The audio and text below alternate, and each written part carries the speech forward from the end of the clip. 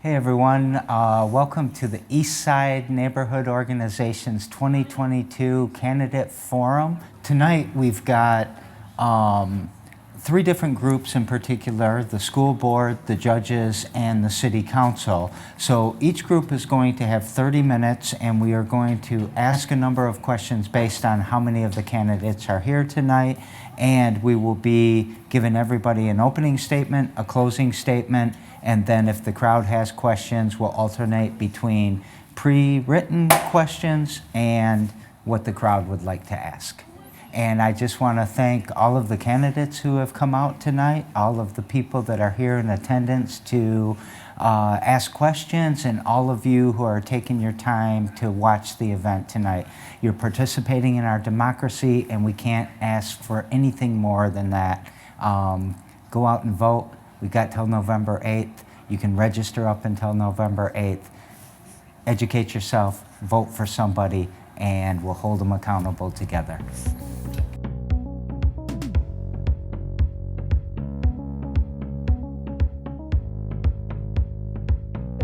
So, with so many members here, and we've got 7 pre-questions, I'm going to just pick 2 questions to ask each of you, and we should be able to make it through the time limit pretty close.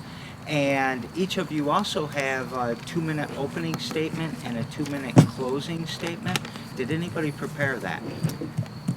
We'll just wing it. Huh? We'll wing it. All right, then I'm gonna cut it to 1 minute. Good. Are you okay with that? I'm So good. everybody has 1 minute for the first opening, and then in the closing, are you okay with 1 minute? Sure. All right, everyone's happy because they can participate in democracy and go first. So I'm going to say his timer. Rick Wendorf and We that we're going Nice to at meet you, 30, we have 30 seconds left, the yellow light, and the time's up, the red light. I've been telling everybody you'll show grace and when you turn the red light on, but I will just interrupt. Okay. So I want you to stay the nice guy here. So I'm going to just go in order of how we sort of had it on here, and I'm going to start with you, Rosalind, if that's okay. That's okay. And you have 1 minute for an opening statement. Okay. My name is Rosalind Williams. I currently work for the state of Michigan. However, I chose to run for school board, because I am a parent. I've actually been in the schools for several years as a volunteer, and after the pandemic going back in, I realized that there needs to be more collaboration with the family, the child, and the educators, but the educators also need support, as well as the community needs to be in support with the schools and the families, and so that's why I chose to run for school board. Nice. All right, thank you. Thank you. Next up, we will have Caitlin Kavanaugh. Hi everyone, my name is Kate Kavanaugh. I am a tenured professor at Michigan State University where I'm a developmental psychologist. So I study how kids grow and change from childhood to adulthood. Specifically, I study how to make child-serving systems, which means the juvenile justice system, the child welfare system, the education system, more supportive of youth developmental needs and more equitable. I have about 10 years of policy experience. My first job was as a staffer in the European Union Parliament, and since moving to Michigan, I have been the research advisor both for MAFCA, which is a state-level juvenile justice and child welfare organization, as well as for Ingham County. I'm the primary research advisor for Ingham County's 30th Circuit Court. I was appointed to the Board of Education in April of this year to fill a vacancy, and I'm here today to earn your vote by telling you more about myself. Thank you. Thank you very much, Caitlin. Kurt Richardson. I get the plane. My name is Kurt Richardson. I graduated from Lansing Eastern in 1998. I was a certified bad kid in Lansing. I went to 5 elementaries here and had the privilege of going to all 4 middle schools as well for my behavior. But caught a lucky break. I graduated from Lansing Eastern in 1998. I helped start and get a small mortgage company going in Detroit, Michigan that did pretty well. Changed my life. Lived in Florida for a bunch of years, and then my sister unfortunately passed away. We came back to Michigan and got re-involved in the school system and realized it had changed since I had been here 20-some years ago. And it wasn't the same system that was going to propel somebody through life like it did for me. And so I'm the universal big brother for a lot of these kids. I give all the food at 2-a-days for all 3 high school football programs. My sister's a principal here. My cousin Danny's a principal at Sexton. And so they just kept twisting my arm saying, hey, all these kids look up to you anyways. You're making an impact that sometimes educators and people can't make. Run for the board. I'd love your vote. Ryan.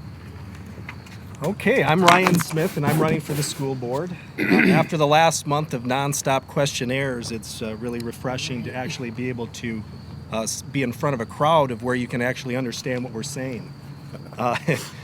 One bad thing about questionnaires is, first of all, you don't even know if we wrote them. Number two is you don't really understand the passion and the understanding that people have for the issues and the positions. So to be able to look at all of you in the eye tonight, I hope you'll understand more about me as the night progresses and what I hope that we can all do as a community to make sure that Lansing School District is a better place. Thank you. Thank you, Ryan. And last but not least, Rick. Hello, I'm Rick Wendorf, and I'm running for the Lansing School Board District. I'm a 32-year retired teacher. I taught special ed, music, 3rd, 4th, 5th, 6th grade, junior high, and I sit on the LEAF board here. I sit on the Promise board, and I'm the vice chair for McLaren, the new hospital, and I retire from that in December. Allegedly. Yes, I'm so excited. Yes, I'm running for the board because as an educator, I would like for our students to be taught how to think, not what to think. And I feel that we have had that, has been the mantra that we have missed for so long. And being a former educator, I taught my children to have their own mind and not follow what Mr. Wendorf did, but for them to think on their own so that they could get out and make a wise, educated decision. And I'm hoping that I can earn your vote. Thank you. Thank you. Okay, so now getting into the questions, I'm gonna sort of go backwards, or I'm gonna actually go backwards. So I'm gonna start with you, Rick. Oh, okay. And ask you my first question, which is a 2-part question, and then I'm gonna go to you, Ryan. The other 3 you will not be answering this question, okay? So the question is 2-part.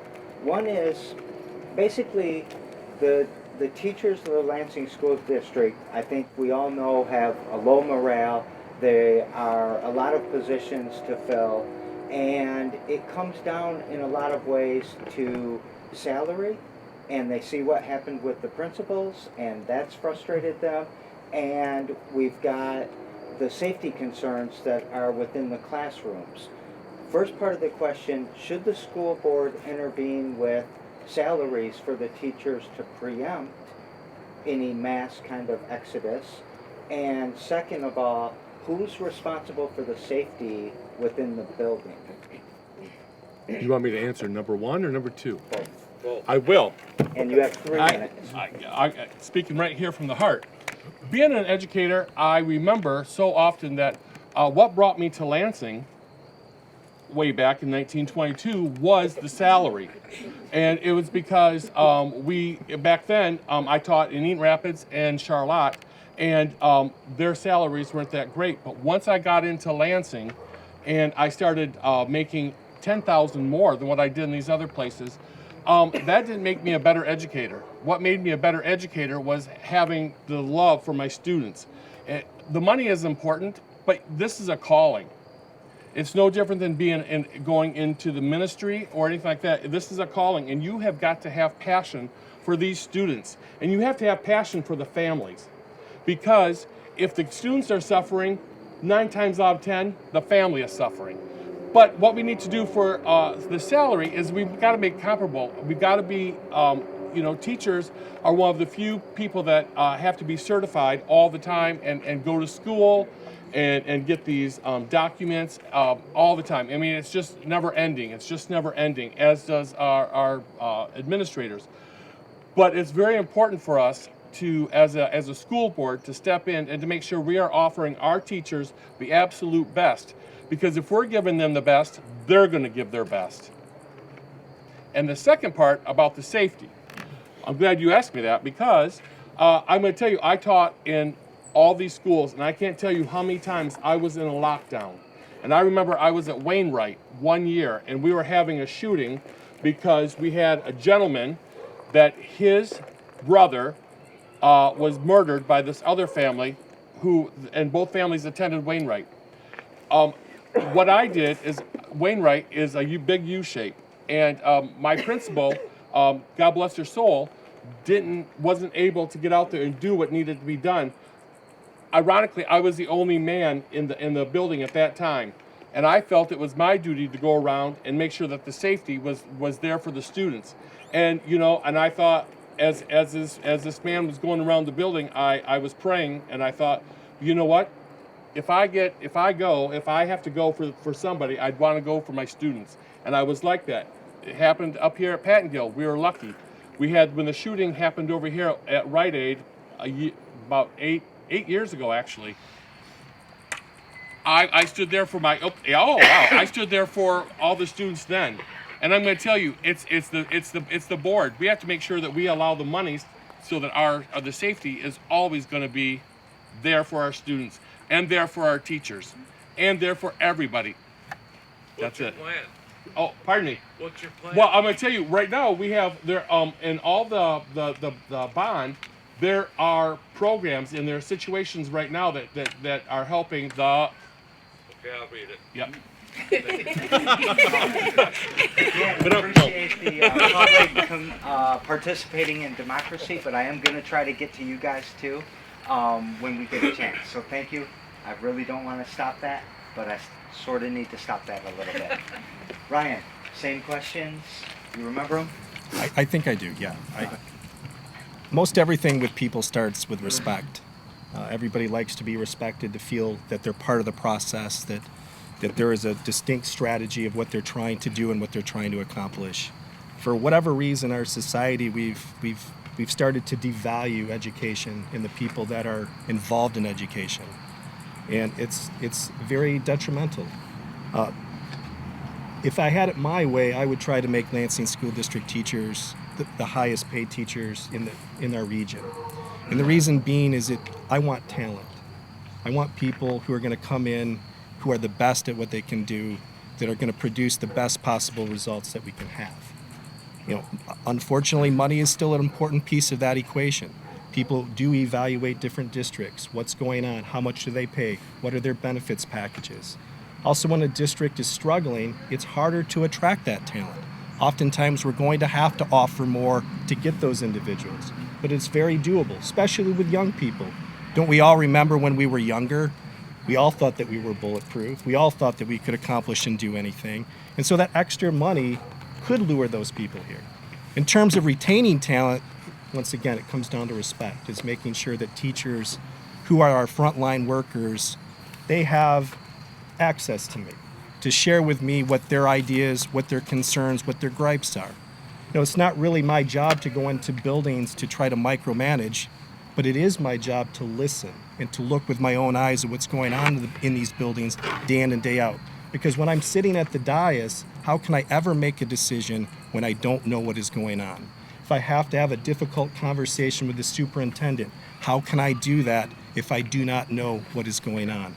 So we have to try to open up those pathways to make it so that information can flow freer, because our community is full of very talented people with a lot of very capable ideas. We just have to create the conditions to be able to monopolize on those ideas. In terms of safety, that's a pretty big responsibility, and it certainly starts and it ends with us on the Board of Education.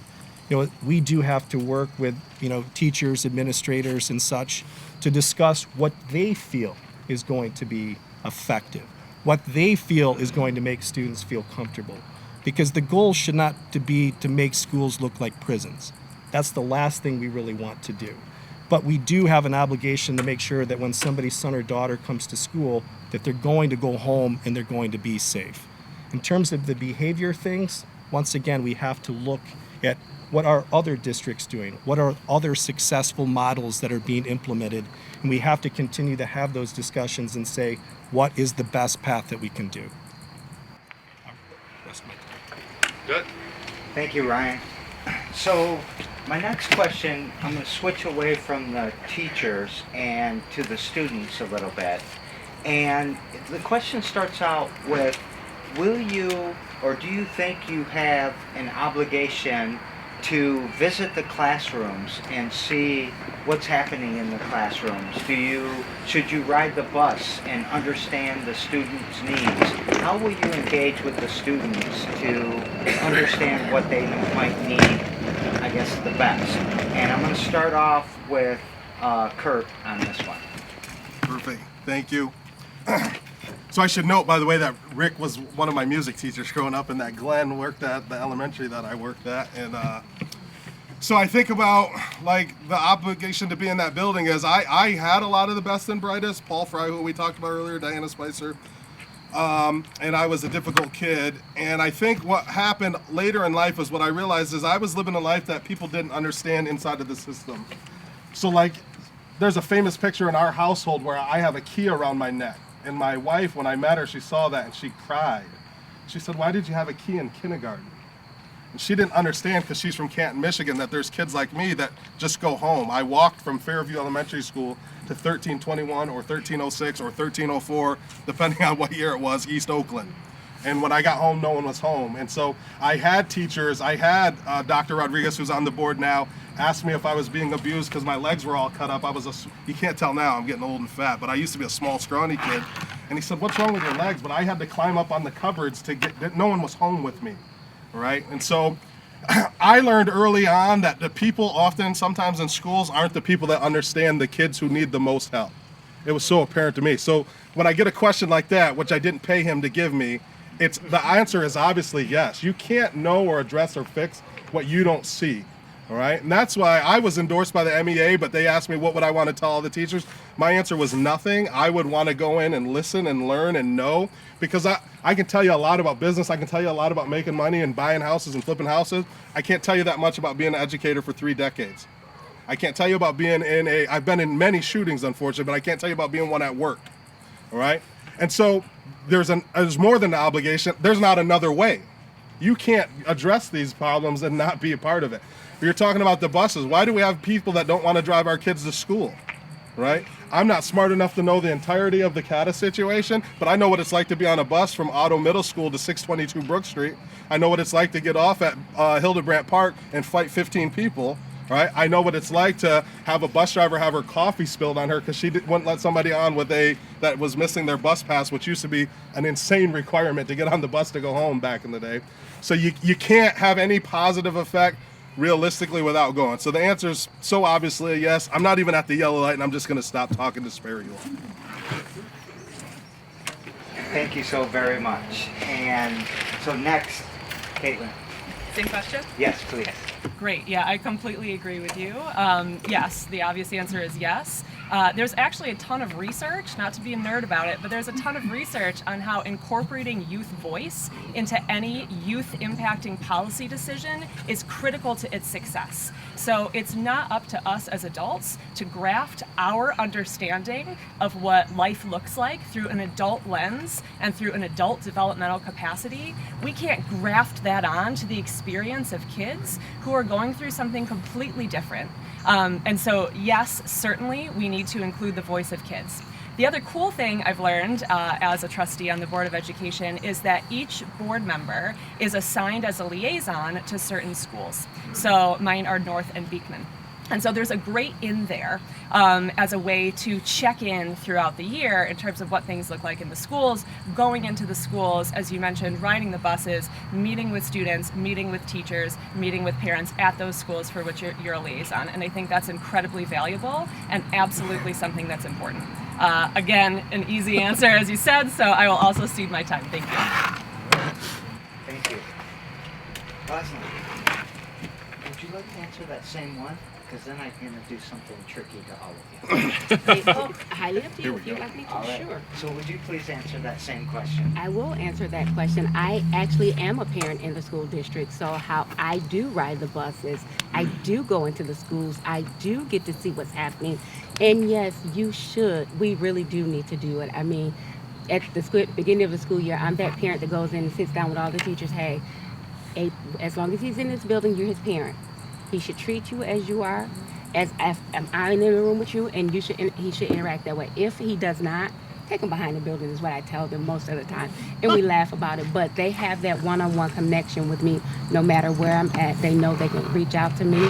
We can contact, we can communicate. So it's everybody's job, not just the board, but anybody. The community as a whole should be helping to bridge all of this together.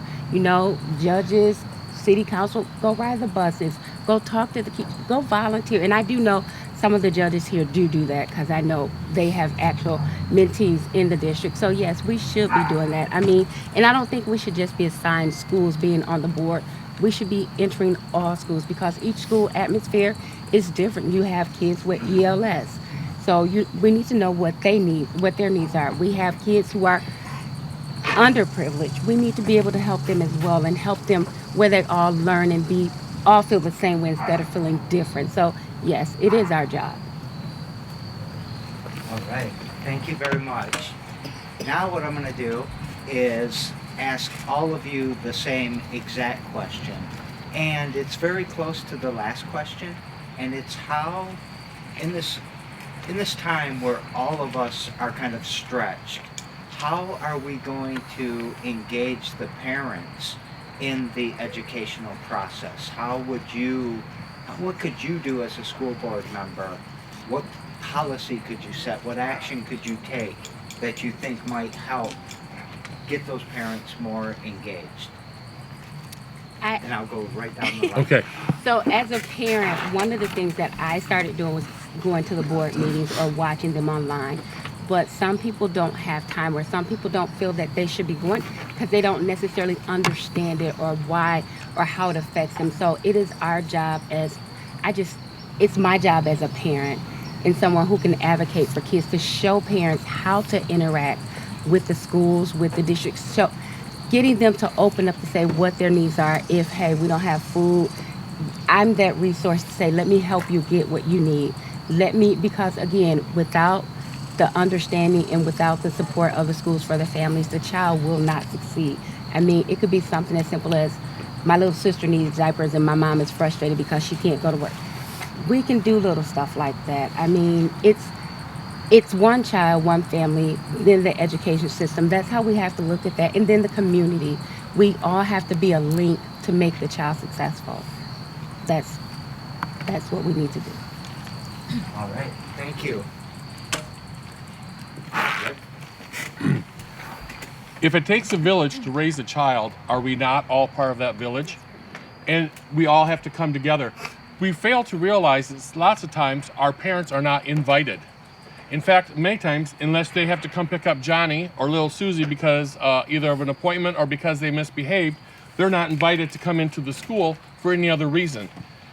As a board member, or a future board member, I think it's important for us to open up our doors to our parents so they can see what's going on. They can be part of the education system, and they can they can give us feedback, and we can give them feedback. But right now, I can tell you, as a former educator, we didn't want parents coming in, ever.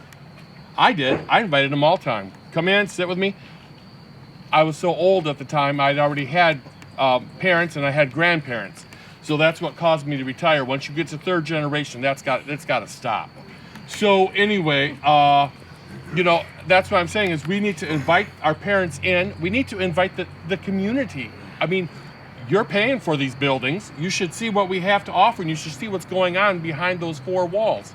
And that's just part of our duty as part of the village, raising these children. That's it. All right, thank you. Brian? To me, it all comes down to accessibility and trust. That's simple. I have to make sure that I give parents access to me, because the more conversations I can have with them, the more that they'll trust that they can share with me the bad things that are going on. What happens is oftentimes when there's negative things going on, people are very apprehensive of sharing that information. People are afraid of retribution, what might happen if I say bad things. And so it's important for me to listen to those things and to build those relationships.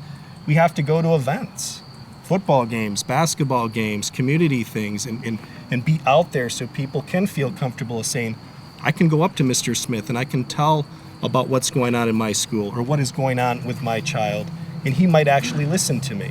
He might actually try to do something about it. So if we can create more opportunities for parents to engage, we're going to see those results change. In terms of the individual schools themselves, I mean, we can encourage events at schools or where there's more meet and greets or more walk through the classroom with your teachers type of stuff. But those decisions are oftentimes up to the teacher. It's their classroom. It's what they want to do. What time do they have? I can only do and manage my time and my involvement.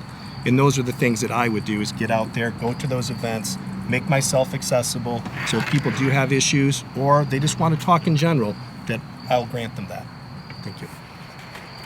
Thank you, Ryan. Encouraging. I think there's an element of, we used to, in my old life, I worked for a guy named Dan Gilbert, and we, like I said, built a mortgage company. And it was really a mortgage company built on actually a bunch of quirky isms, and one of which was really understanding that we are the they, which means that anytime there's a us, them, or you, there's conflict. And I think one thing that happens for a variety of reasons is the board and the teachers are not they're not the we, they're the they.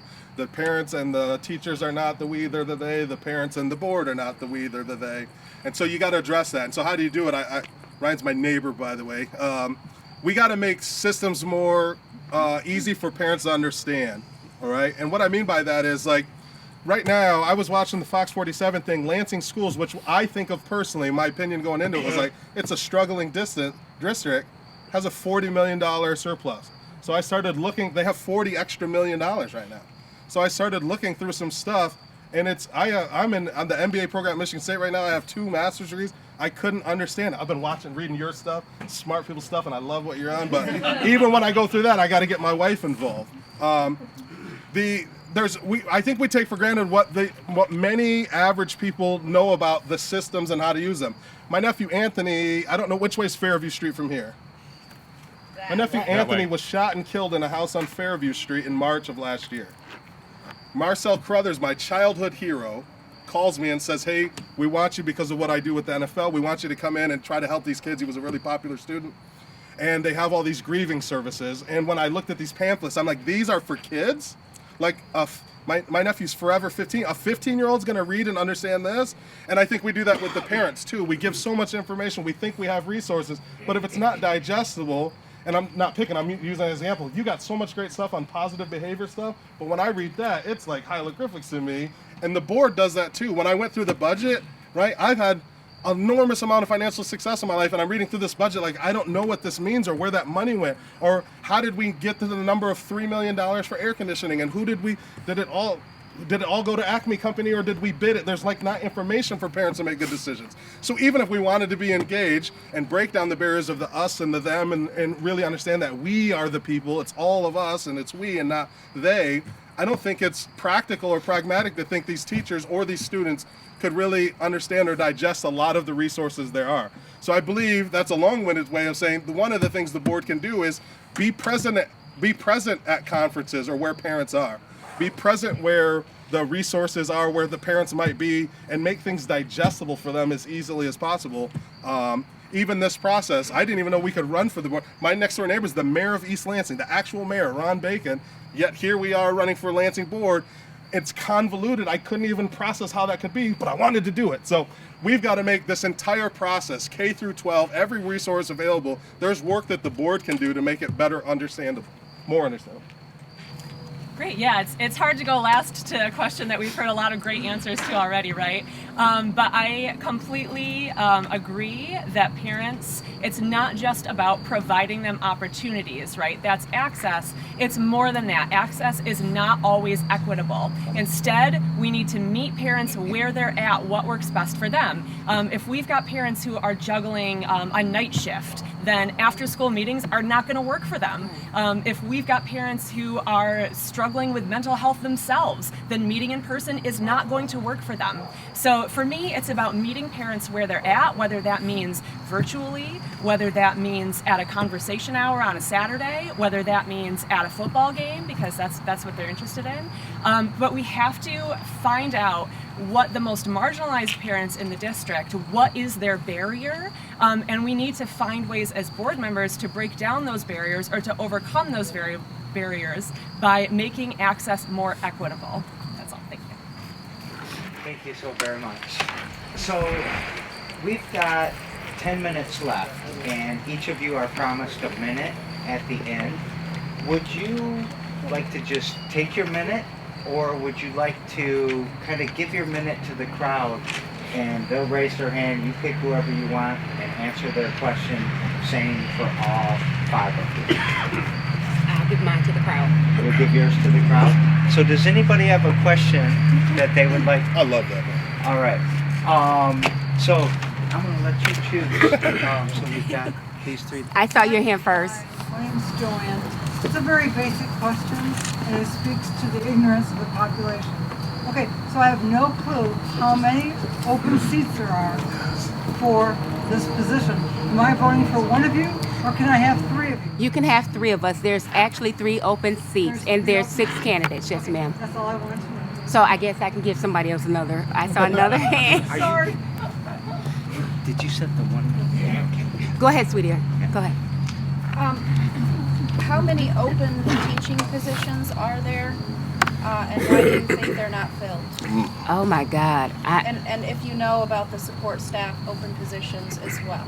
There are, I'm not even going to say the numbers because I can't remember, but there's a lot of both open teacher positions, support staff. I did see a few social work positions. I've actually been encouraging people to just start as a sub and then, get the training to become a teacher, a teaching assistant. Talk to me about the resources that you need to do the application, because there's a lot of openings to the point that you can't even count them anymore. I mean, I know they need at least 2 social workers at Eastern, 1 or 2. I think the same thing at Patton, and these are just schools that I've been in, so. Do you have a guess on why they aren't filled? Oh, Rashida. Rick, finish. You can finish that part. Why they aren't filled. Go ahead. Well, there are no teachers going into education, number 1. Number 2, I think it has to deal with, and I'm going to give my questions, you can ask me whatever you want, but I think a lot of it has to do is because we also, the retention is not there. We have so many people that are making a mass exodus right now, and a lot of it, I feel, is because we lack discipline. And when we don't have discipline, then everything goes awry. And that's exactly what's happening. And you're having people right now, teachers, many of my friends are just leaving because they have no foothold to do anything. That's it. And how we can, and there's over 150 open spots at least. Yes. So, at least one person mentioned some of the things about the facilities of the Lansing School District. Lansing has superior facilities, whether it's little things like the MacBooks or bigger things like the way that the schools are designed. Is the question, why don't they know? Yeah, why doesn't the in the surrounding general areas area know? that Lansing has Thank you, superior John. facilities? I think that's a pretty simple answer. We're not marketing it properly. Unfortunately, education's become very competitive, of where all these school districts are fighting with each other over students. And so facilities is actually one of those talking points. It's one of those recruitment tools. And one of the things that's going to be important is for Lansing to shut off the valve of people that are school of choicing outside of this district. It's imperative that that valve gets shut off, and we have the facilities. I think that there's the programming that's there. I think some of the ideas that the current board and the superintendent are talking about are huge steps in the right direction. And the thing about momentum is it's like a snowball. We lost momentum over the course of 25, 30 years, but we can gain that momentum back.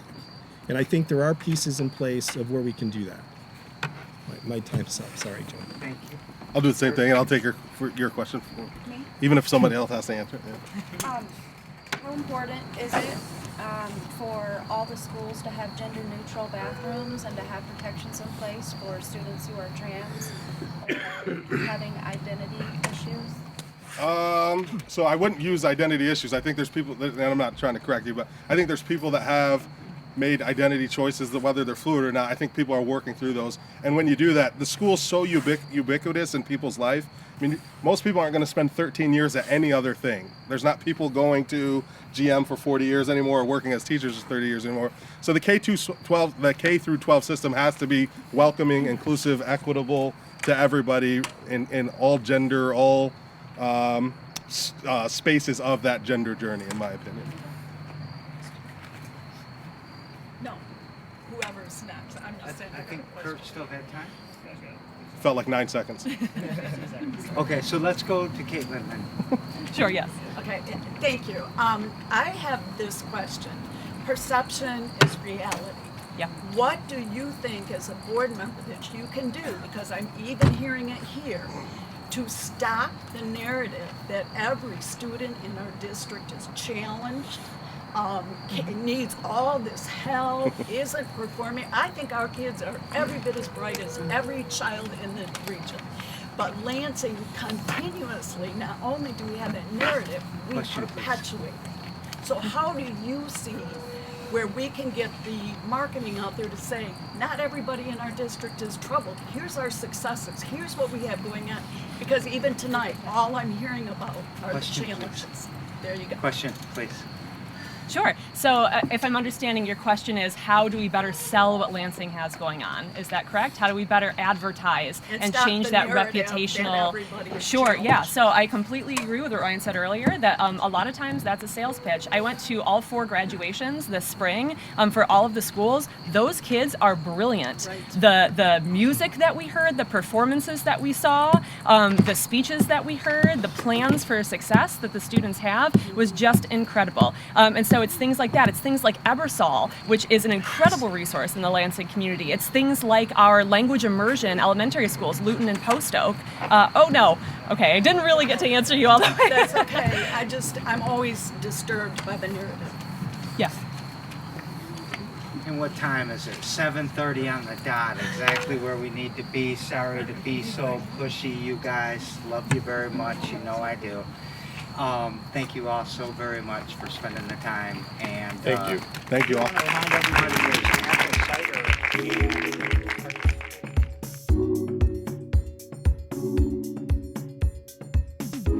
So this time what we're going to do is open it up to each of you for 2 minutes of an opening, and then I will ask you a few questions as time allows, but I'm going to ask all 3 of you the same question, and I'm probably going to ask you the same question, alternate to the crowd, let them ask you the same question, then 2 minutes again at the end. Are you guys okay with that? You guys are good. Would you like to go first? Sure, thank you. Good evening, everyone. My name is Judge Kristen Simmons from the 54A District Court. It's a pleasure to be here and see some of your faces today. I've been on the bench since 2019. I was appointed by Governor Whitmer to the bench in September of 2019. Prior to serving as one of your district court judges, I was a litigation manager at the Michigan Department of Corrections, and I segued into that position after serving as an assistant attorney general in the CLE division. It was the division then known as Civil Litigation, Employment, and Elections, where I was a litigation attorney representing the Department of Correction mainly, but defending the dollars of the public. And so prior to that, I was an assistant city attorney and legal advisor to the police department. I served there for approximately 3 years before going to the Attorney General's office. And then prior to that, I was a public defense attorney. This was before we had a public defender's office here in Ingham County. I worked in criminal defense, and I represented the public through our court-appointed list.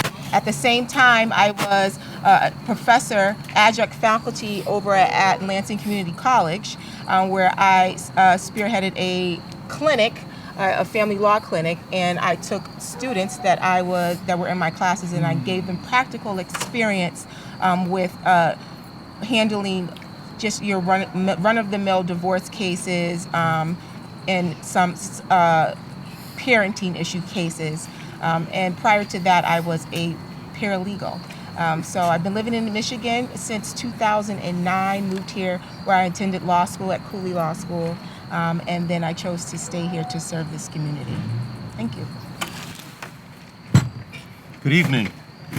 My name is Anthony Flores, or Tony Flores. I'm a 54A District Court Judge appointed by Governor Whitmer in April of this year. Prior to coming to that in my life, I actually did spend a lot of time here. In 1989, I moved to Lansing. I went to Cooley Law School. I met my wife there. I married her. I lived on Kipling, and so I've always lived in these neighborhoods. I spent 16 years in the Ingham County Prosecutor's Office, 2 years in Mecosta, 14 years here, where I was the District Court Unit Chief. I was a Circuit Court Unit Chief, a Child CSC Unit Chief. In that regard, I've tried over 100 felony cases, homicides, CSCs. I was Unit Chief of the Child CSC Division. I then left Ingham County to go into academia. So I was there for 16 years as a professor. I taught criminal procedure, criminal law, evidence, and trial skills until I got a call from the governor saying, "Would you like this appointment?" And I was quick to take it. I asked friends of mine, "Why do you want to be a judge? What about being a district court judge?" And they said, "You get to serve people. You get to serve people every day." And that's how I see this position. This is a public service. This is a valuable public service. I've also raised 2 daughters here. Both my daughters graduated from Lansing Catholic. They also graduated from Michigan State University. They're both 24. They both moved on. And I've married somebody, and I give you all this advice: marry somebody smarter than yourself. I married my wife, who I met in law school. She's a better lawyer. She's smarter than me. It's the best advice I ever got. It is a pleasure to be here. It's a pleasure to be serving the city of Lansing. And it's also a pleasure to work with Judge Simmons. I'm right across the hall from Judge Simmons, and I get to see her do justice every day. And it really is it's been a valuable experience. Thank you. Good evening. My name is Brian T. Jackson, and I am Lansing made and Lansing proud. I could talk about my personal life for a little bit, or the legal boring stuff, and I think you guys probably want to hear a little bit of both. So some of my first memories, my first job, I came up to Foster, picked up my paycheck for being a Parks and Rec referee. Go to Hunter Park Pool. I know that it's very cold, so you can only go there when it's 85 degrees and above. My mother taught at Resurrection School down the street for 30 plus years. She's an educator her whole life. Rest in peace to my mom. And I went to Lansing Sexton High School, played sports, graduated from there, went to Western Michigan, transferred to Indiana State. I earned my bachelor's and a master's degree in criminology, which is the study of crime and basically the causes of it as well. I played a little arena football and then went to Howard Law School and took your advice, even though I didn't know you then, Mr. Flores, Judge Flores, but I married my wife, Ariel, from law school also. We met at Howard Law School, and we're back here. As far as legal experience, I have prosecutorial experience. I started off my legal career as an Eaton County prosecutor, where I prosecuted. I had a misdemeanor docket, had dozens of cases every day. I went to the city attorney's office in Lansing, where I was a prosecutor there as well. And now I work in the public defender's office, where I carry a felony docket out of the Out County. I am extremely proud and honored to be a candidate. I got signatures, petitions all winter and spring long, hundreds of signatures, made it through a challenge of my petitions, and still am glad to be here. There's 2 positions available and 3 of us, and I'm hoping to earn one of your 2 votes. Thank you. Okay, thank you all very much. And I've got a question for the crowd. Your side conversations are bleeding into our ability to hear. So if you could keep it down, I'd really appreciate that. First question is going to come from the pre-prepared ones. And by the way, these were given to me. I didn't make up these questions. I'm not really that smart enough to do that.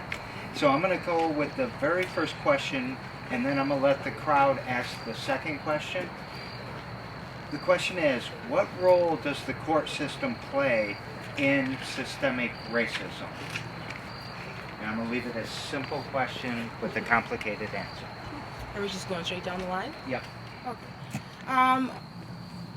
The court shouldn't play any role in it, but unfortunately it does, and that's because there's a lot people that work in the criminal justice system and in the judicial system. They come with their own implicit biases a lot of times, and the systems were set up in a way that it was set up in a way that it disadvantaged a lot of people that were already disenfranchised. And so there, I think, has been a lot of change over the years, and even more recently with reforms to try to address those issues, but we have only really begun to get to the bottom of what those issues are. I think that there's been a lot of push to create more opportunities to be problem solving as a judicial system versus using systems that further disenfranchise people. I think I've been an advocate in the judicial system to make sure that as I'm presiding, I'm looking and trying to be attentive to what the underlying issues are. And not every judge or every person has the wherewithal or the ability to do that or to do that fairly. It's an unfortunate thing. I've practiced not only in every court in this county, but in many other courts across the state and in just about every jurisdiction in this state, and there are some judges out there that still have a mindset that could really further place the judicial system back 100 years. And so it's important that we have judges that understand that law needs to be colorless, it needs to be fair and impartially applied, and that people need to be able to administer justice without fear about what those around them may think. And that they're applying the law to each person judiciously and in a way that is equitable. Same question? Yes. All right. It's a $100 question these days. It's funny, I was asked this, and I believe Judge Simmons was asked this by Governor's Council when we sought the appointment, concerning race in the courtroom and systemic race in the criminal justice system. And one of the answers that I responded is we have to be naive to think that race doesn't play a part in our criminal justice system.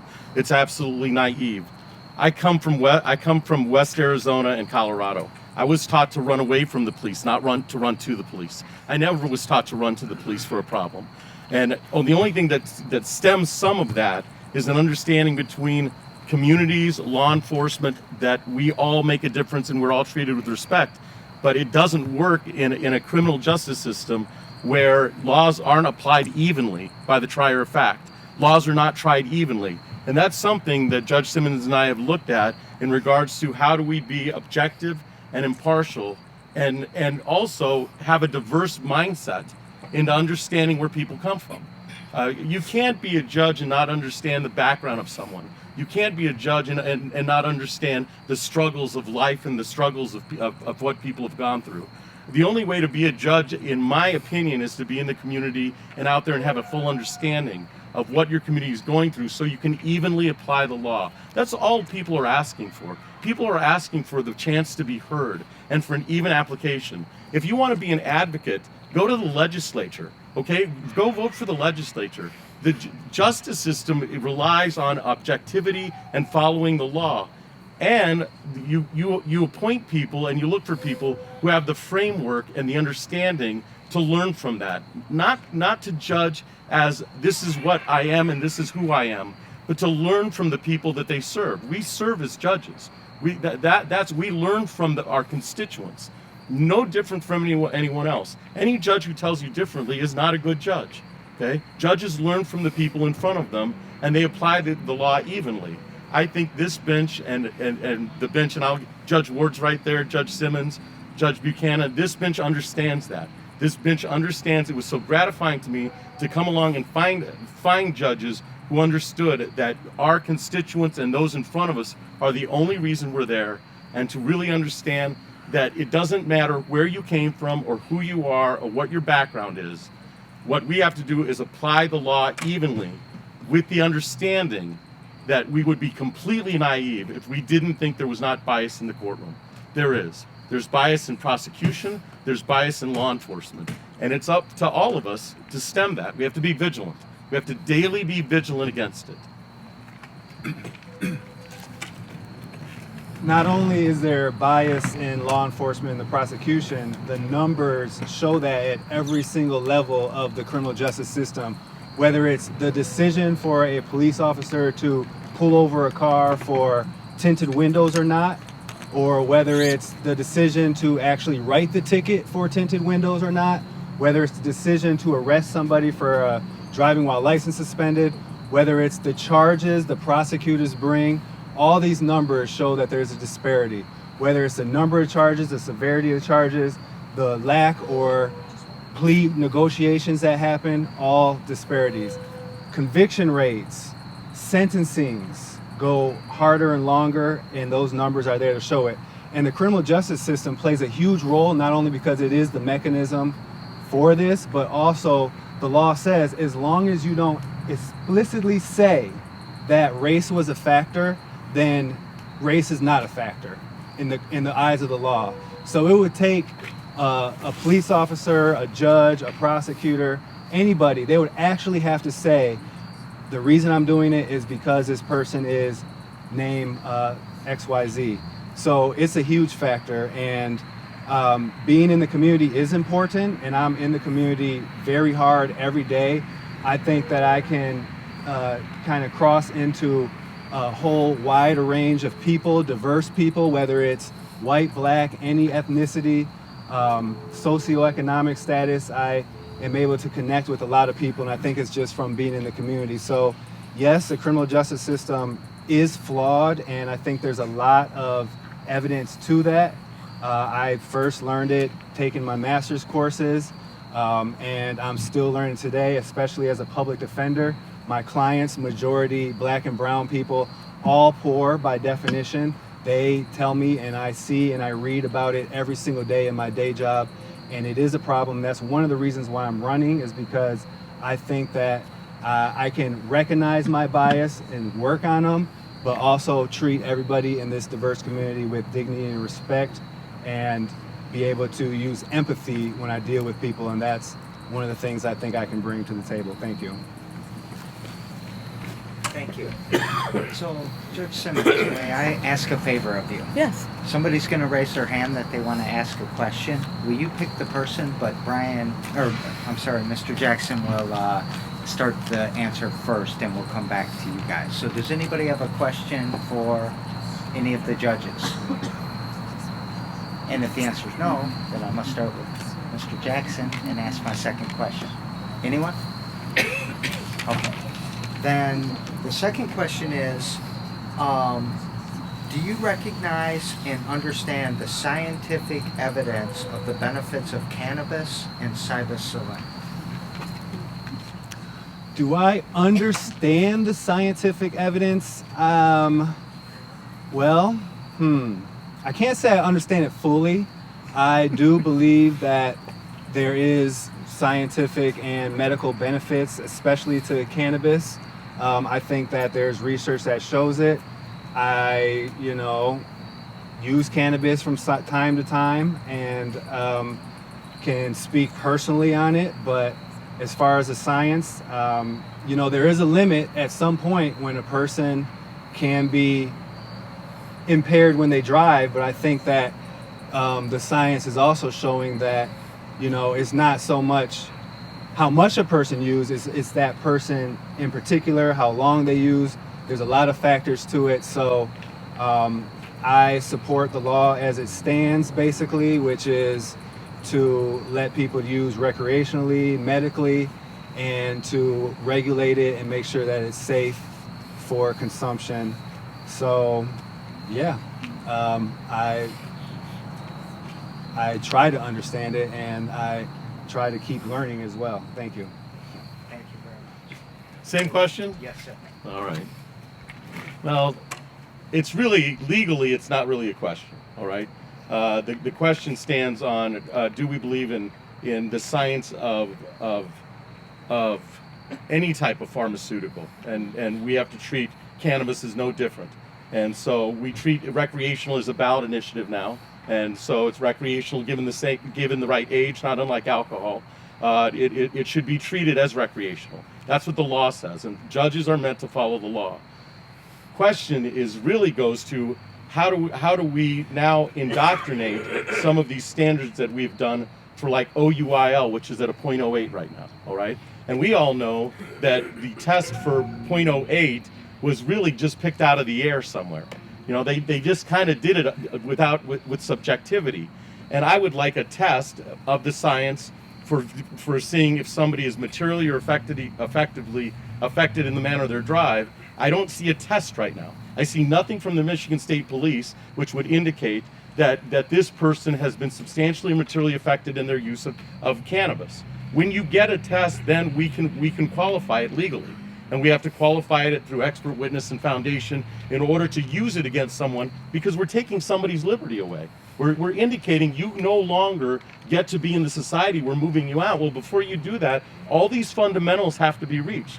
And one of the fundamentals is the test right? Is it a good test? And the answer is not right now. There's nothing that MSP can give us to qualify that as a test that is good for recreational driving or use after use, until that's an aspect. So as a science, absolutely, we trust science. We also know that science changes. What was science 20 years ago isn't science 2 years ago. I remember when I first began practicing law in 1992, it would be crazy for me running through district court to think that we would have a ballot initiative for marijuana as a recreational use. It is a thing now, okay? Prosecutors understand it. It is the way our society functions, and we have grown into that. We've grown into the acceptance of that. Now, how do we criminalize it? And how do we make people responsible or use it responsibly?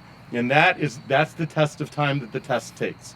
That's what law enforcement's looking for. That's what criminal defense attorneys, public defenders are looking for in order to really see, all right, if you're going to incarcerate somebody, how is he going to be proven beyond a reasonable doubt? Thank you. I just want to make sure I understand the question, and it's how do I believe in the science of Yes, I mean marijuana, and what was the other portion? Do you recognize and understand the scientific evidence of the benefits of cannabis and psilocybin? Okay, well, I can't tell you that I know what the other thing was, so I can't address that. I didn't hear anyone else address it, so I don't think I'm the only one. But nonetheless, I do recognize and understand the scientific benefits of marijuana and the use. I mean, the science is the science, and I'm not a scientist, but I do know that there is data out there that shows that that it's beneficial in a myriad of ways. And I've read that research. I've used that research when I was drafting the ordinance for the city to have a medical marijuana ordinance. So, I mean, to the extent that I understand enough to know that it's beneficial, and that people should be able to use it to treat their issues when prescribed. But I can't speak to the other issue because I don't know what the other thing is. Okay. I don't think it would be fair for me to clarify for you. I don't need a clarification. I'm just saying I don't know what it is, so I can't speak to it. All right. Thank you. You good? Yeah. All right. So, being from the east side, knowing what psilocybin is, it's basically, are you going to support decriminalizing magic mushrooms? Got it. So, And being from Boulder, I know what magic mushrooms Right. are. Okay. So the last question is, what type of programs to deal with, homeless, drug issues, will you create to help with the cases that come before you? So really, alternative courts. What are your positions on alternative courts? And I'll start with you, Judge Stoll. All right, and I'll stay seated. I'm a huge proponent of a specialty course. I just think that is the only way to effectively deal with some of the issues that are presented to us. Alcohol issues, narcotics issues, mental health issues I feel so strongly about. We have incarcerated more mental health problems than criminal problems. That's one of the things that we've done because we've chosen, and we're all responsible, including me, of not spending money where it needs to be spent. We've taken that piece of the pie and we've decided that one part of the segment of society shouldn't be treated. And those people not only should be treated, if we are the correct society, they are the most vulnerable. And so we should expect the most treatment for that society. Specialty courts allow the criminal justice system to do that. They allow to do it through narcotics. They allow to do it through alcoholism. I can send somebody to jail over and over and over, and unless I get to the source of the problem, it's meaningless. It is meaningless. The source of the problem is the only thing that keeps people out. I tell people this every day when they come to probation for me. I'm not worried about you for the next 6 months. The next 6 months, we start running out of options. I have to use jail. I don't see the world like that. I don't see the framework of the world like that. But when I run out of options, I have to use jail. But I'm not worried about you for the next 9 months. You're kind of untethered to me. I'm afraid of you for the next 9 years. 9 years from now, where you have the same problems, the same mental health issues, the same narcotics problems, the same alcohol issues, the ones that rode you down this road into our criminal justice system. Unless we fix those problems, and specialty courts help fix those problems, they give us the time we need to spend on probation, on matters, and then we get to spend money on it. And a lot of this is solved by where do you want to spend your money. I choose to spend my money based on things that are going to help society 20 years from now, 30 years from now. I don't want quick fixes because there are no quick fixes. What I want is somebody to beat an alcohol problem, so they not only have a problem where they drink, they have a problem where they drink and they don't drive. And then they don't harm all of our families. Narcotics, the same thing. Controlled substance abuse, same thing. I've seen the struggles that family make and the horrific problems that it's led to families. But you can't just sit there and tell somebody, don't do this, don't do this. It's far beyond that. It's far beyond that. I've watched it. I've been a part of it. I've seen how it's affected families. Specialty courts, for now, are the answers. Are they the complete answer? I don't know. But it allows us to spend money on things we need to spend money on. It's easy to hop on specialty courts as an answer because they do great things. It's designed to help people, for example, with mental illnesses, drug addiction, alcohol addiction. Veterans have special needs. And, you know, as a public defender, I have clients who have all of these things, often homeless, mental health concerns, and addicted. And, you know, we say, let's do a specialty court. So, okay, what happens? Somebody commits a crime of drug possession of methamphetamine. This person has a drug addiction. So they get arrested, they go to jail for a while, they get released. A couple weeks later, you come to court for the first time, and then you come back to court, and then you talk with the prosecutor about possibly going into drug court, and then you got to get screened for drug court and hope that you apply, that you qualify, make sure you're in the right county, make sure you got the right address, make sure that you know you have a problem and want help. So although it's a great thing, most addicts don't even get into these specialty courts. Most people that have mental health problems, I wish I could say they're in the mental health court, but they're really in the Ingham County Jail. That's where they are right now, waiting and hoping that maybe there's a chance to get into a specialty court, or just staying there long enough where it's pretty much like, dang, I already did all this time. And then what else strikes me is about specialty courts is that sometimes it's tougher to go through a specialty court than it is to go through a normal probation. A person with homelessness problems, mental health problems, not only do they have to, you know, drop on time, be able to pay for certain things and all that, but they have to do it more often. So it's a good thing to give people the special attention they need, and I would support expanding that so more people can receive that treatment. However, the reality is most people don't see it. So if the court could even adapt further and, you know, find some sort of restorative justice program or homeless outreach program, and not go through some of the formal channels that has to do with punishment, incarceration, do this or else, then I think that could be used, especially for the people that specialty courts are designed to help, nonviolent offenders who have drug problems and addictions, or people with mental health issues that really just need to stay straight with CMH and get treatment. So specialty courts are great. I support them, but they are definitely flawed, and we need to work on fixing them. Thank you. I think that my philosophy about courts is that we need to be more problem solving. And I think that specialty courts, obviously there are things that are flawed because we don't have the resources to offer a specialty court to everyone. but I think they do a good work. They do a good job of helping a lot of people address the issues that they're dealing with that they may not otherwise be challenged to address. I've been a proponent, and I think many of you have seen me and heard me speak before about looking at the underlying issue and the root cause so that you can stop the cycle, because a lot of times you're seeing the same people cycle through the system for the same types of actions, and just giving them a fine or just giving them jail time is not always what needs to happen to restore them back to the community.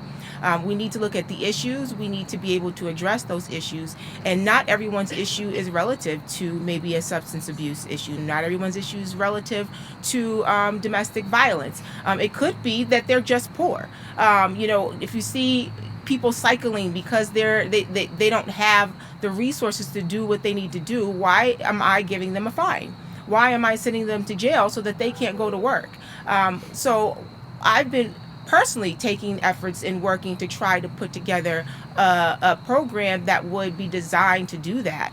And I've been gathering resources through our community and aligning myself with some of our community justice partners. I have already received funds for that purpose, but in even understanding that if I am able to create this program, I'm not going to be able to take everybody that needs help. But what you want to do is look at the most serious of cases and those people that you continue to see cycling, and you want to try to help those people.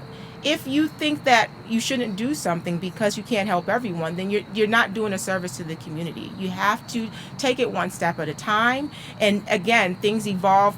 Services should evolve, and the program should evolve and expand in an effort that it can help as many people as possible. But again, I think that to get to the root cause is the best way to restore justice, but it also is the best way to build trust between the courts and the community. I think the criminal justice system gets a bad rap a lot of times, and a lot of times people don't trust the criminal justice system.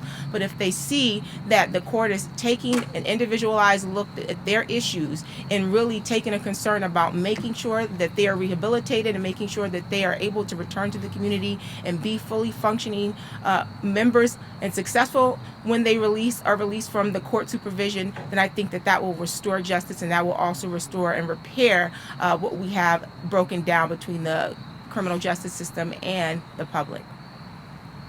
Thank you so very much. No problem. So to conclude, we're just a few minutes behind. Each one of you, 1 minute closing statement. And Judge Simmons, please first. Thank you. Again, it's been a pleasure for me to be here with you today. I take it with no small feat that I'm able to come and serve this community every day. I give it my all when I come before anybody in the courtroom, but this is my opportunity to impact people. The district court is the people's court. It's the time where we have the most interfacing with people. We're not like the circuit court where they don't see as many people day to day. We are constantly dealing with different people and different issues every day. And I pride myself on being a judge that is fair, that is impartial, that has compassion. I pride myself in being connected to the community and making sure that I show up in spaces that people don't normally expect to see a judge show up. But I want to be approachable. I want people to know that judges are human and that we are not in positions of power, but we are in positions of service. And so I, again, am humbled to be before you, and I thank you for this opportunity. So thank you for all of you for being here. This is really where the best work is done for my day. The rest of the day is like on the bench, hearing stories that you're trying to help, whereas I'm here learning from the community and also learning about people who are involved in democracy. And that's why we're here today. That's why we're learning, because we all care. I've got 30 years of criminal law experience. I probably should have my head checked over that. I mean, that's a long time to be a criminal law lawyer and to be a professor. I love it. It's what I know. It's what I care about. It's what I've dedicated my life to on some level. And so having the ability to be a district court judge and meet everybody as they come in, treat them with respect, treat them with dignity, and then do what you can. Try to make a difference in somebody's life. That's what we try to do as judges. That's what you're supposed to do. That's why we're here. And so thank you for your time. This has been a very wonderful experience. Lansing, again, has been my home my entire life. Every phase from childhood, young, teenager, adulthood, school, starting my own family, professional life has been in Lansing. And I'm very prideful of that. And I think that it's important to have a judge who has the background from the city at all experiences, all levels, to be able to make decisions that affect the people in the city. I think that it's important to at least have the empathy and to just know the community very well, which is what I do. And it's an honor to even be here and be considered. And I would really appreciate if you do your homework, check out my website. I got some material over there. I'll be happy to answer any questions, but I'm hoping to earn 1 of your 2 votes if you live in Lansing. Thank you. All right, let's give it a hand. Thank you all so very much.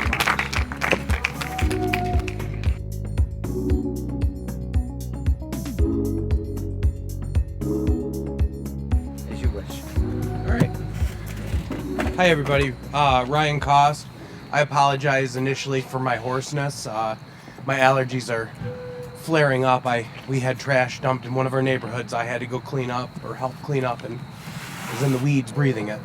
I am running as a 4th generation First Ward resident. My family has been here since 1913. Me and my husband live over on Magnolia. We moved to the east side 5 years ago. But I am running because every day I go out and I knock doors and I meet people that are worried about their community and their community not being focused on the people that actually live here in the communities in our unique neighborhoods, from Fab Acres, Baker Denora to Northtown, east side in between, Groesbeck.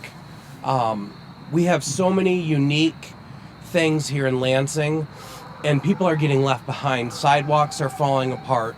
We have streets down to gravel. Sheldon Street over on the north side's like that. We have no one championing, I'm sorry, I can't say it. Championing, nope, can't do it. We don't have anyone getting the work done for these folks that are minor things.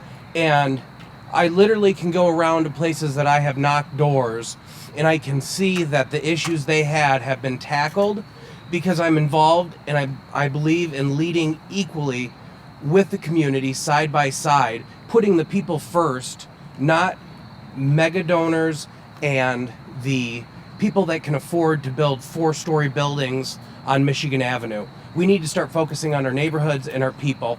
Otherwise, we won't have the greatest city in the state, in my opinion, if we don't focus on the people that live here. Thank you. Good evening, everyone. Thank you for waiting. It's actually a beautiful night. My name is Brian Daniels. I am the current First Ward City Council representative. I was appointed February 1st after my predecessor vacated his seat. I am a small business owner on the east side. I grew up in Lansing. After my parents' divorce, I ended up moving around a little bit and then graduated from Grand Ledge. I joined the Army after high school, was in Iraq, injured, had to learn to walk again. In doing so, I fell in love with fitness, and I met the owner of a boxing gym in New York City. So I taught boxing in New York for 5 years, and then I moved home because I had a son and I wanted him to grow up here and have the same experience I did.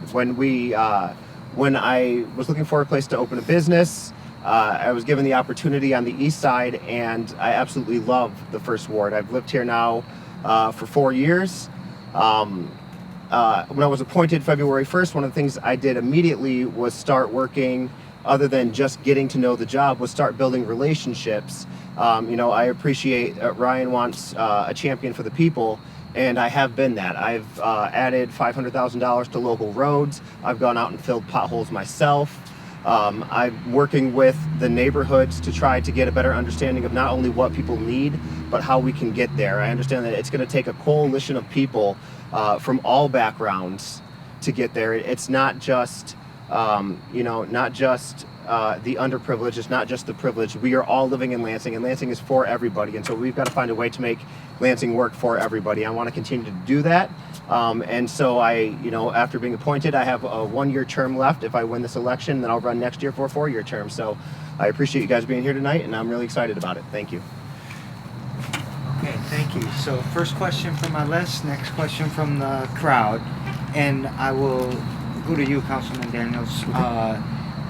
In your words, what is the responsibility of City Council? And in your words, what is your role within that? And then the same question will come to you. Absolutely. The responsibility of City Council is a few things. One, we are the legislative oversight. So we create ordinances and we control the budget. But there's also a community component to it. So one of the things I think that we've lost on City Council is the ability to actually have the teeth that we need for proper oversight.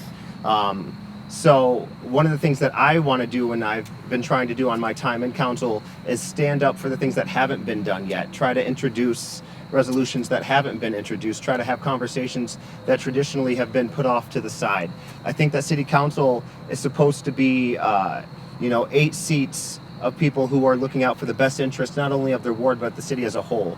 That's something that I've continued to do, but I also have been able to work with the people that are on council now who have, like Carol Wood, who has 23 years of experience. I've been able to really learn how the system works, but then more importantly, how we can fix it. So I think that not only am I a leader and my responsibility is budget, but my responsibility is to take the system as it exists and use it the way it's supposed to be used, which is for the people and benefiting the people of Lansing better. I'll cede my time. Sure. So he covered the ordinances, the budget, the resolutions, which are the portion that I heard a lot thereof, so I won't repeat it.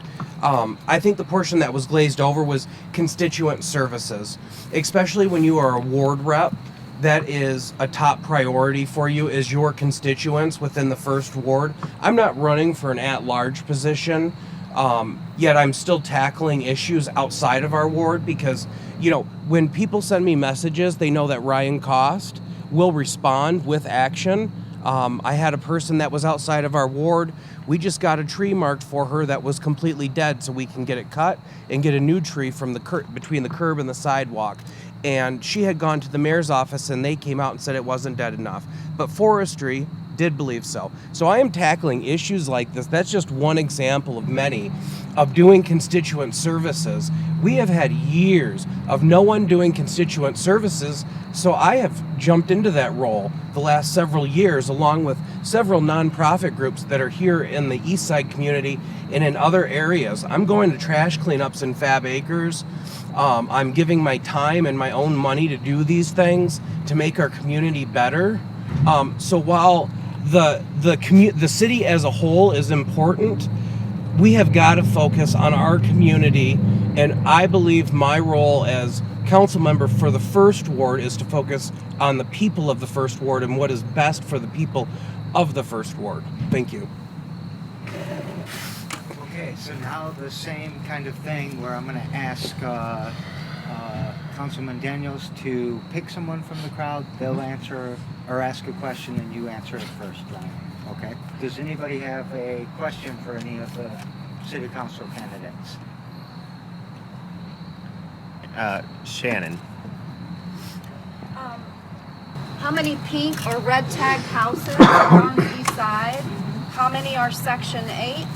And have they done any advocating for the residents of Lansing Housing Commission houses who are experiencing issues? Thank you. So if you live on the east side, you can go down any one of our streets and you can find a pink tag or a red tag. To answer your question truthfully, I don't know how many I've looked at, but I've looked at more than we should be looking at. Something is not happening. Something is going wrong in our neighborhoods, that these properties are being left there for 5 years and 6 years.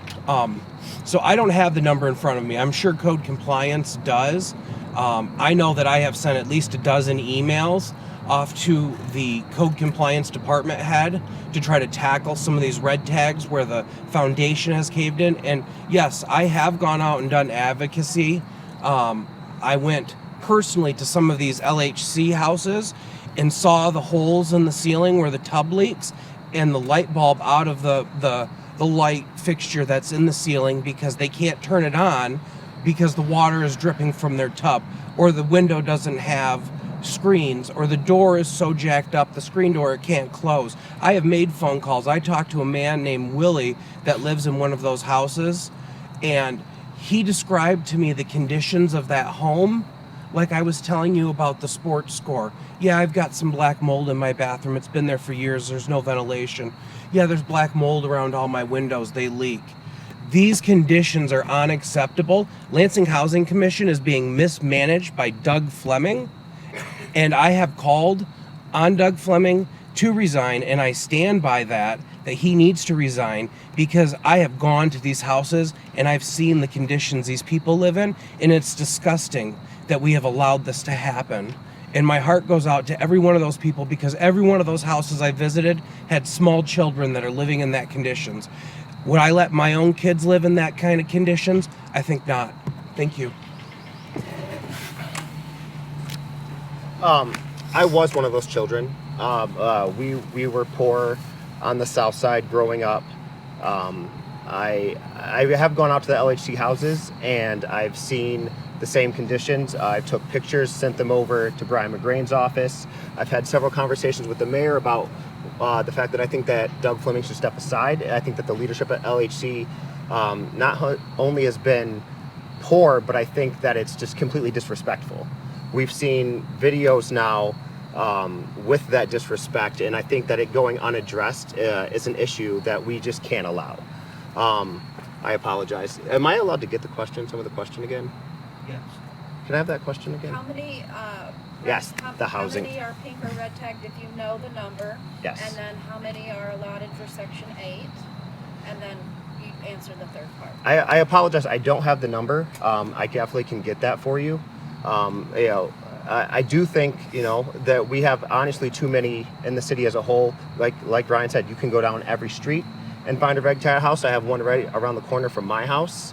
I think that's one of the things that we have to address, and that's something that we have to talk to state reps about, which is the landlord, what landlords are allowed to get away with, what slumlords are allowed to get away with, how long they have to actually work on their properties. And, for me, it's getting people to invest in the city, not just buying up vacant lots so that they can sell it for a profit later, but rather taking care and investing and allowing people in Lansing to be able to purchase these homes. That's one of the issues with the scattered housing, is they didn't give these people an opportunity to actually buy the homes. One of the catch-22s with the Lansing Housing Commission is, if you can qualify to buy a home, you can't be a part of the Housing Commission. And so there's always these steps that people have to try to jump through, these hoops to have to jump through with the Lansing Housing Commission to be able to buy a home here. But we have to find a way to make not only the housing stock that we have better, but bring these things back up to code. One of the budget priorities we just put in was hiring more code enforcement officers and retaining them, and also seeing if we can get parking officers to work on code enforcement as well, because they can go hand in hand. I think thinking outside of the box instead of just going with what we've been doing for the last 20 years has to change. The only way that we're going to be able to move Lansing forward is by being more creative. I cede my time. Thank you so very much, and thank you for the question. Please think of another question, because I'll ask you again after this one. Yeah. But the question I'm going to ask you now is, what do you see as the most important issue facing the Eastsiders of Lansing, and what do you see we should do about it that you're willing to do something about? Okay, me? Yeah, sorry. Ryan and Brian is way too similar. Yeah, and way too close. Yeah, imagine my frustration when my dad knocks doors and his name is Brian. I think one of the major issues here on the east side is housing. And that's true the further south that you move in the east side. If you go wander down to South Hayford, south of Kalamazoo, there are many people that are barely making it by. And then you have these red tag houses by slumlords that have gotten away with leaving them the way they are. Foundations caved in, rotting boards, health and safety hazards on one of the properties that I turned in where there were 14 people packed into that house. And the city wouldn't do anything, Scott Sanford, after numerous emails until there was a body in the shed. And that is directly from the neighbor across the street. So what I'm willing to do is what I'm doing right now. When I am not knocking on doors, when I'm not at my day job, I am literally in the community tackling issues that we are facing, addressing these red tags at a pace that is as fast as I can go as a private citizen at this point. So I am sending at least 6 emails a week to Scott Sanford about red tags, how we've ended up here, and not gotten any response. I only get responses from the council president on the issue. So I am trying to tackle them, but I'm not getting that help from the government because I'm not on the inside of the beast, of the belly there. But I certainly, as a city council member, would advocate here in the First Ward, whether it be putting together a community group to address issues like we used to with ENO, Paint Blitz, all kinds of different ideas, thinking outside of the box, if you will, to help people retain homes, especially homes where they're affordable for first-time homeowners or first-time families to move into, because I've heard that a lot as well, is the rent is so high we can't afford to purchase a home. And that was my cousin telling me that, who lives over in Potter Walsh. They couldn't afford to buy a home because of the prices. And the rent was so high that they had no way to save for a down payment. So we've got to figure out how we start taking care of this community together. There are numerous ways that we can do this as community groups, and there are ways that the government can help. I would like to explore and not exclude options, put everything on the table, focus on people.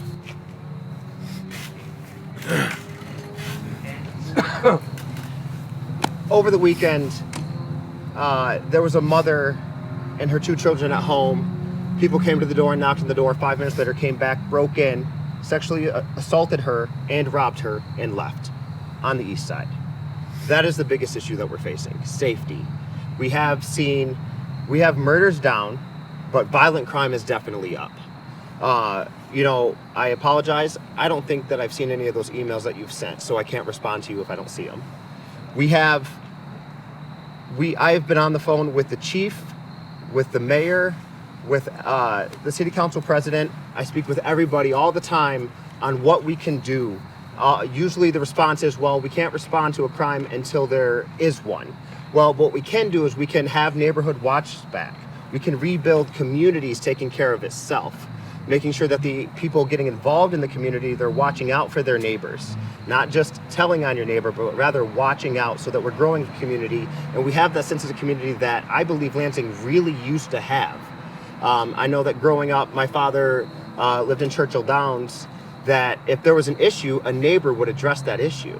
And now you don't have that same sense of community. And so rebuilding those community organizations, strengthening them, not it just being the older members of the community, but having a lot of youth brought into those organizations so that we can build them up and we're taking care of ourselves and working with the police department to increase safety, I think is the #1 way to solve it and the #1 issue. And anything that I can do, whether it be strengthening neighborhood organizations through funding and grants, or personally giving my time to a neighborhood watch, I'll absolutely do.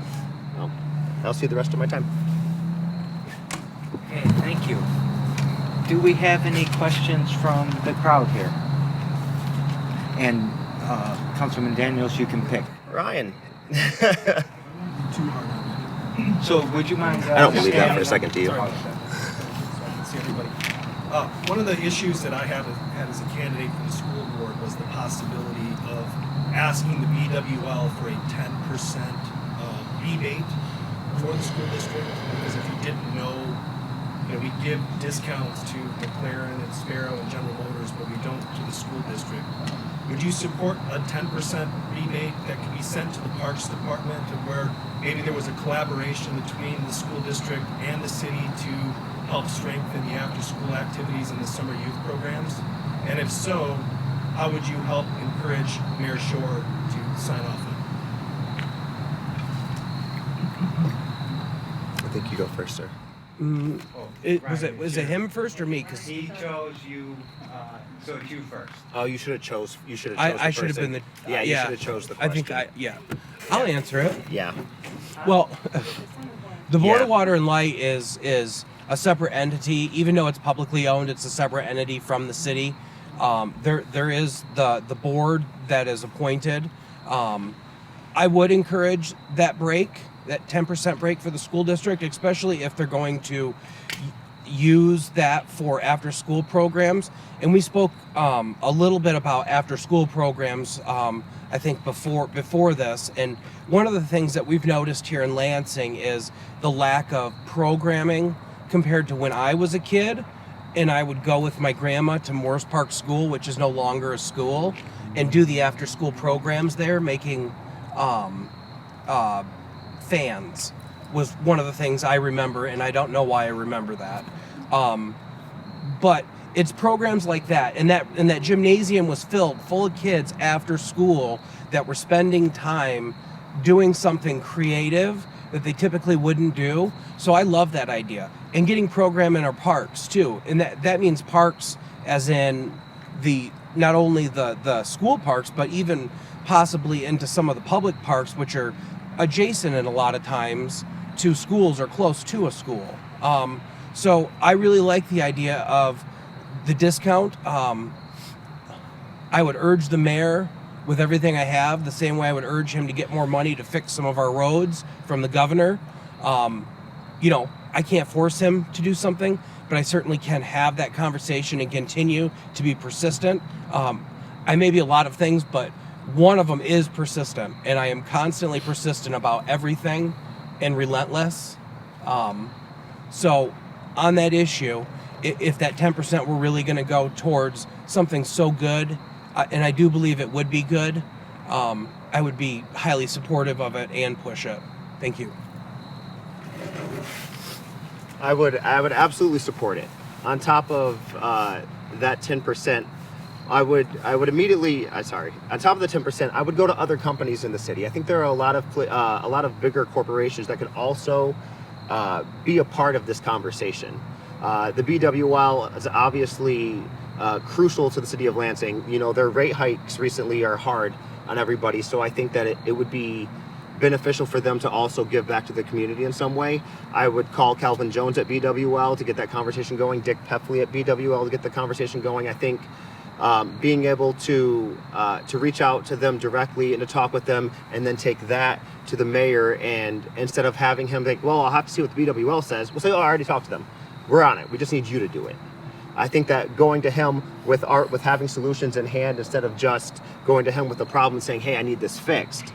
I'd rather bring solutions than just complaints. So yeah, I would support it. And I also think that we could get a lot of other people on board, because if you say you love Lansing, prove it. That's kind of my stance. Thank you. So if I try to end at 8:30, you both have 1 minute now, or if I keep you to the 30 minutes, you get one more question and your 1 minute. Which would you prefer? Another question? I'd love to hear more questions. People should hear from us. You should get to pick too. Okay, yeah. So let's do that. Is there another question in the crowd? Yes. Nancy has one. Yes. My question is, have either of you read the city charter, and can you name something in the charter? And it would be you. Either one of you. I have read the city charter. Can I cite it to you? Absolutely, I cannot. No. But I have read it. Yes, I read it before I was appointed. I've read it since I was appointed. I go to it before I ask a question to one of my fellow council people or to whomever I reach out with in the community.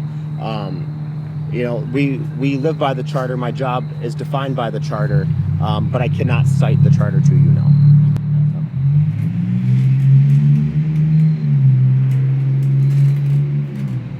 So the city charter is obviously the governing document here of the city of Lansing. It lays out the executive branch and what rights and responsibilities they have, the legislative branch, what rights and responsibilities they have. It talks about our boards and commissions that we have, and that some are different in ways. They have more powers. Example would be the Board of Water and Light board has more powers than, say, the advisory board for the Parks Department. So it basically lays out how far someone can go per our law. It would be the same thing as the United States Constitution, just locally. The other thing that it would lay out is different duties and roles for department heads. Different department heads are in there. So when I go into specific details, like a sentence in there, I probably couldn't quote something right off the top of my head, other than, you know, maybe the park board shall consist of X amount of people for so long of a term would be an example of wording in the document. But I've read the document several times. I continue to read it. It's a living document, in my opinion. Plus, I'm running for city council, and that is literally, you know, the document that has to guide me in what I want to do. So yes, I have looked at it many times. Thank you. I say that you pick one more, and Councilman Daniels will answer first, but you get to pick again because he got two in a row. Okay. You have one back there. Hi, thank you. I understand that one of you is in office and one of you is not. But if you could, one, what is your full-time employment, if you have it? Two, beside, what other boards, commissions, and the like do you serve on or belong to? Because I want to see a comparison, if you can give a brief one, between your full-time employment and your obviously city council you get paid for, but that's part-time, as we know. And then, so how much time do you give to the first ward? And if you do serve on boards or commissions with the city or on the city council, do you attend all those meetings? Thank you. My first full-time job is I own Empower Lansing. It's a boxing gym on Michigan Avenue, right across from the Green Door. We've been open 4.5 years, so I run a small business. And then being on city council, I am on the Public Safety Committee, City Operations. I'm on the CAMWA board and the Tri-County Office on Aging board. I go to all my meetings. I'm heavily involved with them. To say that city council is part-time would be absolutely false. Part-time pay, definitely full-time work. I spend any hour that I'm not at the studio. I'm working on, whether it be what's coming out of the upcoming council meetings, going to the neighborhood meetings, out knocking doors, campaigning now.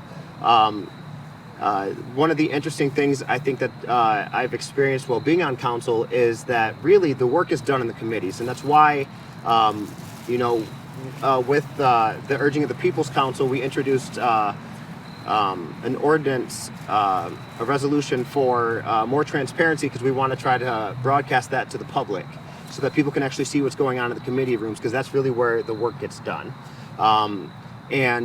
As soon as next week, we're actually going to start live streaming them on YouTube. So you'll be able to see more at home. One of the issues that we have, well, I'm on it very quickly, is that while people can see it on YouTube, only 80% of the city has access to broadband internet. So until we actually solve that problem, we don't really have the ability for everybody to be more involved. So that's also something that I'll be working on. I apologize for the segue. Long story short, yes, I have 2 full-time jobs on top of being a father, so I have 3 full-time jobs.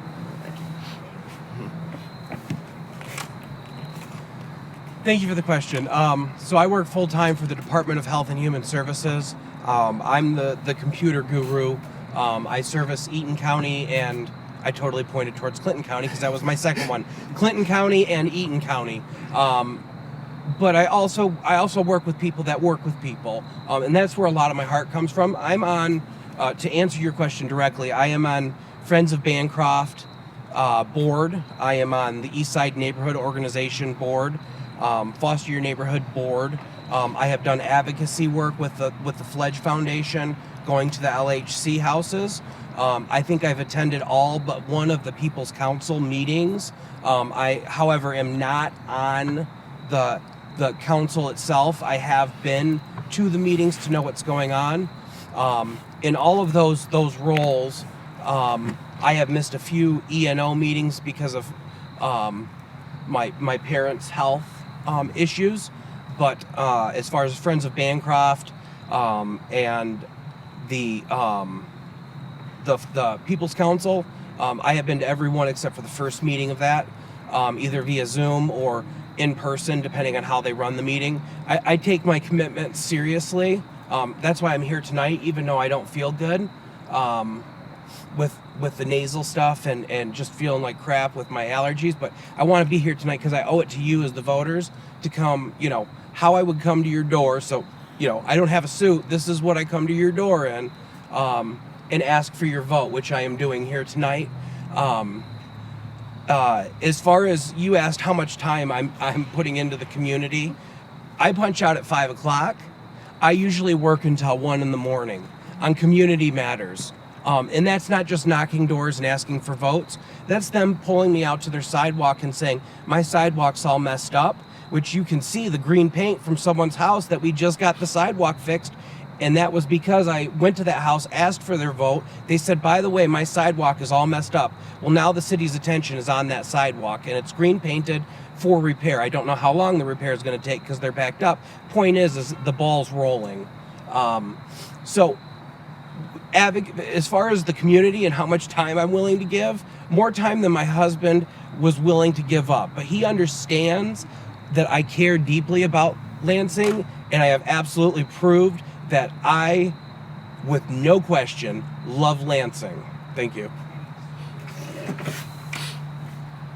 And with that, I'd like to give you each a minute to conclude, and we'll conclude for the evening.